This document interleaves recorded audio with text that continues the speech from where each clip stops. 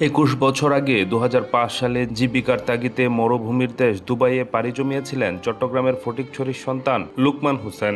দীর্ঘ প্রবাস জীবনে তিনি শুধু একজন সফল প্রবাসীই ছিলেন না, বরং দুবাই বিএনপির আহ্বায়ক কমিটির সদস্য হিসেবে কমিউনিটিতে ছিলেন বেশ পরিচিত মুখ।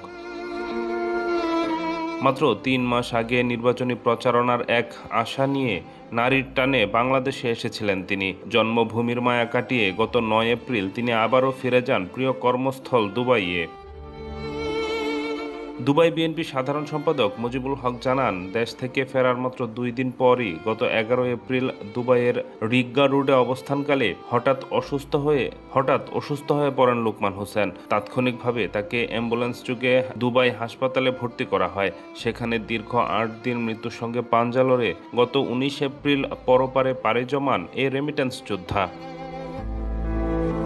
হাসপাতালে চিকিৎসাধীন অবস্থায় তিনি এক প্রবাসীর তত্ত্বাবধানে থাকলেও শুরুতে পরিচিতজনরা বিষয়টি বিস্তারিত জানতেন না। পরবর্তীতে গতকাল ৫ই মে অনলাইনের বিভিন্ন যোগাযোগ মাধ্যমের সহায়তায় তার মৃত্যুর সংবাদটি চারদিকে ছড়িয়ে পড়লে শোকের ছায়া নেমে আসে।